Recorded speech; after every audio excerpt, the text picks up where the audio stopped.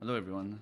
So the upcoming banners for Reverse 1999 are very brutal for F2P players because they're all really strong and very waifu in my opinion.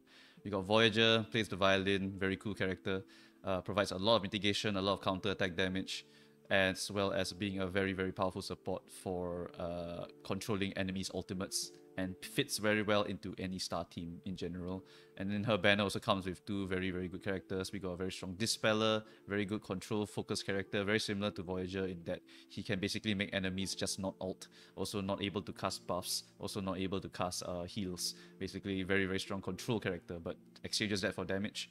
And then we got Balloon Party, who is a very powerful mitigator, giving you balloons that also reflect damage, very similar to Voyager, and also gives you ultimate that lets you heal when you get hit and take less damage. So just all around solid as a very solid healer.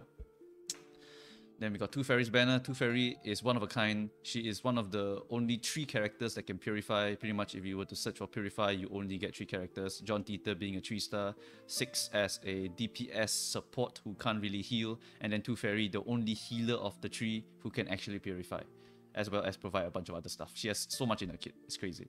And then Bkornblume, basically a support carry, can provide a lot of reality damage as well as reality support and also control ultimates. Yeah, it's really powerful. Blondie is more or less a budget Lilia because she's all about crit damage and stuff. Then Jessica, top of the line plant DPS, Necrologist being a unique character in that her ult makes you not die and then you heal instead. And she also gives you a damage plus 30%, which you can only really get from 2 other characters. You can get it from Pickles, and you can get it from Ann Lee with a level 3 buff card. It has to be specifically the level 3 buff card to get this level of power. And her buff is for 3 turns, and Pickles needs his special ability of chilling out for 1 turn in order to get that additional turn for him. So the fact that she gets it off the bat is really good. So she's kind of like the antithesis of Pickle. I'm not sure if I'm using that word correctly, but yeah, basically she's the opposite of Pickle. Pickles takes 1 turn off and then activates the next turn, while she wants all of the actions as much as possible so that she can spam her ult. So that is the design of her. She's very cool and definitely a worthy build if you do not have Pickles because it is very powerful. And then after that, we still got more shit because if you look afterwards, 1.3, we got 2 very strong characters. We got Shamane generic support, can fit into any team comp and also spams ults, so can be a budget carry. Not really a budget carry, he's actually just a carry, but he fits better as a support because he can support the carry and then do carry business as well. So he become like a semi-carry, very similar to Bkornblume, doing like half of 40% of whatever your main DPS actually did. He will also do something along those lines, especially in beast content where he is going to thrive very well. Then we also got Black Dwarf, who is a single target Melania for mineral. Basically, she functions the same in that her kit is all about spamming her ult. Her ult does 600% mental damage and gains 2 stacks of Full Moon, which gives you additional skill power. And then if you were to go and dump the Full Moon as one of the most removed planets, take note your ultimate is the only one that can remove planets, so you need to just keep spamming this ult to keep removing planets. And then your I3 here will give you the ability when you remove this planet the most, you will be able to get a buff. Whether it be Mythical Meteors or Enchanted Strike, this is basically free moves. You get to cast these moves here, or you can use this to remove your Full Moon to get Spell Incantation 2, which gives you 2 random incantations, gain +1 star. So honestly, all really powerful. All you want to do with her is just keep spamming. You can get lifesteal by stacking up Mars planets. You can get penetration rate from stacking up Saturn, and then you get skill power for stacking up Full Moon. And then you just go and dump it with your ult to get whatever you want. And then after you dump your ult, you can also dump like Saturn or Mars in order to cast the skill at a specific rank, which corresponds to the amount of that planet removed, whether it be Saturn or Mars. And then there's the Full Moon effect as well. So just a spammy character. She needs a lot of actions, but she will do some crazy single target damage. So pairs super well with Pickles or Regulus or Ann Lee because they will give her the actions that she needs. So yeah, we got a lot of very good characters coming up, and all of them are very good in their respective fields. So whether you pull a DPS or not really depends on what you already have. So in my case, right, You can use my list as a reference. I have I3 Eternity, I have I3 Charlie coming up soon. I think I'm going to try the I3 here soon. Bkornblume I3 as well, and then after that I2 Pickles, I2 Sonata, I2 Lasos, I2 DK, and then these three are not built at all. So in terms of star, I'm going to be using Charlie as my main. In terms of mineral, I'll be using Eternity as my main. And then after that, I will need to find myself a beast DPS as well as a plant DPS. And thankfully, Jessica coming out, and she is also unparalleled in terms of doing plant damage. And then we got Shamane coming out, who is also very, very strong as a beast damage dealer and can pretty much be used similarly to a Bkornblume in that I can just keep using his ult to substitute not having an actual beast carry. Right. So the question is, for an F2P player, what's my priority list? In general, this 100%. If you didn't get her, you just keep pulling until you get her. As much as I hate to force people to pull something, there really is no comparison for her. Pretty much, Purify, pew, pew. Nope, the only cleanser in the game. Okay, and then this cleanser also applies Confusion to give you more crit res, and also can crit on the heal to give you a fat heal, and also has a passive heal in the form of Baby Teeth, where if you get 5 Baby Teeth, it will trigger, and whenever you trigger the stat down effect, all allies recover 10% of missing HP. So you got this healing, and you got Baby Teeth healing, and Baby Teeth is more of a passive thing, because when any team member uses an incantation, you collect 1 tooth, and at the start of the round, you consume 5 teeth to reduce the enemy team's crit res and crit defense by 15%. So you basically have a passive where as long as your team is taking actions, which is always, you will always have this debuff getting procced passively, and you will always be getting healing based on missing HP passively. So on top of this heal, you have your passive heal, which will help to top up your team, and then you have your Confusion to apply crit res down, and then you have your ult, which lets you cleanse. So there really is no comparison to this character. There is no one that does as much as she does in the healer position. If I were to look at all of the other possible healer classes, pretty much no one really does that. Not even Pocket, who is also a top of the line healer, because Pocket is more of a controller. Applies damage taken buff, applies sturdiness stacks, and applies daze onto the target, and then gains Moxie back on her ult. So yeah, she is also really, really strong, but mainly for mitigation. While Toothfairy can cleanse, can support crit, can heal passively, can support crit even more with Baby Teeth. So you got passively doing stuff, and then we got actively doing stuff. So very, very powerful character. Not as versatile as Pocket in terms of just doing anything in the game, in terms of keeping the team alive, but still, like, yeah, it's one of a kind character. So really, really powerful character. Definitely commit everything to get this character. You can slap her into any team comp, not even just crit focused characters, because all you're doing, right, is you're getting extra crit stuff. So you can run your whatever other DPSs as crit even if they aren't going to run crit. Or if you don't want to do that, you can also just live without it. You just use her as your healer then, because now she has passively healing, so she can keep you topped up. She can crit on her own heal, and she can ult to cleanse you. So yeah, you just got a lot of good stuff anyway. So even though you can't run your crit team, you still get huge value out of her anyway. So it's just good all along. And furthermore, her banner has Bkornblume, who is very, very strong, especially if you can get more dupes of her. And good thing she's on rate up, because you're going to get quite a few dupes while you're pulling for Toothfairy. Because the more portraits you get, the more her ultimate does more damage, the more her skill 1 does more damage, and the ultimate just keeps scaling up to 800%. If you get to 750%, you actually do more than Lilia on a single target attack. But you do need to get all of the debuffs down onto the target first. Otherwise, Lilia on a crit will probably do more damage than you at this level here. But still, doesn't really matter too much, because she is going to do crazy amounts of damage, and you can run her with Luxurious Leisure to make her ultimate do even more damage. So you can treat her like a Pickles archetype, where you just give all of your actions using a Pickles or using Ananli to Bkornblume, and then Bkornblume builds up her ult, and then you spam ult, and then you get huge value out of Luxurious Leisure as well as the portraits, and now she is your main carry. According to the global tier list, you can pretty much use Shamane and Bkornblume as top tier carries, but they are better off as supports, but you can. You can.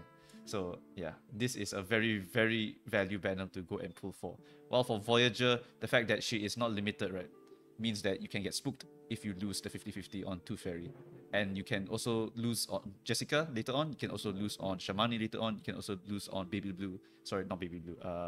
Black Dwarf later on, and you always have a small chance to get her. I believe the chance is like 9% or something. I don't remember the math for this one. But yeah, this banner, I would not recommend F2P player to pull unless waifu, then go ahead, right? No one's going to stop you for that one. Waifu takes precedence over everything else in this game. Okay, and then as for Blonnie, I ain't building her. If you want to build her, go ahead, but I ain't building her. I got Lilia if I ever want to do crit stuff, but Blonnie, I don't really give a shit. Not a big fan. Jessica banner is actually also really good to pull because Jessica has no comparison. Her damage output is very, very insane because of that poison stacking as well as the scaling off of poison. If you combine with Bkornblume, you get even more damage in a plant-focused team comp, which you will eventually want to go for. You will get something like Jessica plus Bkornblume plus Toothfairy, and then you have the easiest gameplay of your life. All you do is apply debuff, apply poison, apply death, and you just kill the enemy. Because White Blankie here scales off of poison, deals 40% reality damage if targets suffer poison, and then for every second and third stack afterwards, you get additional 20 plus 20, maximum of 40%. So you need 3 stacks of poison to get the full damage here. Full damage will be 80% added to this, which is 260% in total, which is very, very good. I think Lilia, if we use her as a comparison, is slightly higher, and she crits as well to get the follow-up. So both of the, I think the follow-up can also crit, yeah, so you can get a lot more damage, but remember that you also have 3 stacks of poison, and anyway you are plant. So having different elements makes it so that Jessica pretty much is the plant DPS. If the content is good for plant, she is going to go and destroy that content because of her plant stuff. Then this good friend stuff is basically Bkornblume skill 1. If target has any of this, you just deal more damage. And then your ult is an AoE attack that inflicts poison on all enemies for 2 rounds. Take note that this damage, right, scales on your caster's attack. So being a 6-star means your stats will naturally be quite high. So that is going to be very, very good. And then for your insight, you deal more damage if target is inflicted by poison. And then at the start of the battle, and once every 3 rounds, you also inflict poison, which does the Genesis damage. Genesis damage is basically true damage. And then insight 3 here, after attacking enemies not afflicted with poison, you also inflict poison for 2 rounds. Blah, blah, blah, blah. You get poison, poison, poison scaling, poison scaling as well, but actually can do other things if you want, whether it be stat downs or disarms or whatever. So yeah, so very, very, very good DPS, and there's really no comparison for her in the 6 stars for plant either. Really the only one I think that can kind of compare to Jessica as a carry is maybe Bkornblume, but it's not even going to be close in my opinion, because Jessica is probably just going to do better. And anyway, team comps matter more than characters in this game. So if you build your team around Bkornblume, she might just do enough to match Jessica, and if you slap Bkornblume into Jessica's team, then Jessica will go absolutely crazy, because Bkornblume is also a crazy support by herself and can also supplement the damage by a lot by herself. Yeah, so really, if you run full poison, you're going to have a real easy time. And then we got Druvis also. Druvis is not really a DPS, more of a control character. Petrify being a very strong CC, especially if your team is focused on mental damage. Because if you do mental damage, Petrify doesn't get broken, which is very, very strong for controlling a lot of enemies that can be petrified. If enemy cannot be petrified, then that's a big L for her. So yeah, feels kind of sad for Druvis, honestly. But Jessica, pretty versatile in my opinion. I think you can just slap her into most content and you get an easy mode. According to people on Discord, pretty much the main team comp you want for her is Jessica, Bkornblume, Toothfairy. It is the demon combo that will make content extremely basic and might ruin the game for you. Honestly, it's like owning Silver Ash, Eyjafjalla, and Nauta and Chen Honglang Day like in one team comp. It's like, okay, I just use all my win buttons and just win the game. Right? This could possibly be that combination for Plant. Yeah, so really, really, really powerful character in my opinion. And Necrologist is also nothing to sneeze at, because Necrologist, like I said, damage dealt plus 30%, really only 2 other comparisons, and Prayer makes you not die. You just feed her a lot of actions, maintain that damage dealt uptime, and you'll be able to do a lot of damage with your team. So yeah, really, really cool banners here. Really, really strong characters on these banners. I don't really talk about Blonnie or Horopedia, because 5-star DPSs are usually just budget. Unless you really, really like the character's design or something, then you can go ahead and build them and use them. But I personally don't ever build my 5 stars to be DPSs, because usually 5 stars have less stats than the 6 star. This is like generic rule, okay? Bkornblume is not a generic character. She is an exception to that rule. Right, and then after that we got Black Dwarf as well as Shamane. In my opinion, Shamane, right, even if you don't get him, if you have another beast DPS, you can skip. Because for supports, you actually have a lot of options to pick from, whether it be Soneto, for just a generic buff onto everyone. It can be Pickles, it can be Bkornblume, it can be Baby Blue, it can be pretty much a lot of other supports. There's a lot of other supports in this game. So if you do not want Shamane as like your main beast carry or to really make your beast team go crazy, then you can actually skip that banner too. And if you do not have a main DPS for mineral such as Eternity, or I think it's actually only Eternity. Is there any other mineral characters? Let me give this a check. Minerals. Pretty much actually, yeah. Pretty much. There's only going to be Eternity. So if you already have Eternity, which thankfully I do, then you can actually skip Black Dwarf, because you can most of the time just cope with Eternity.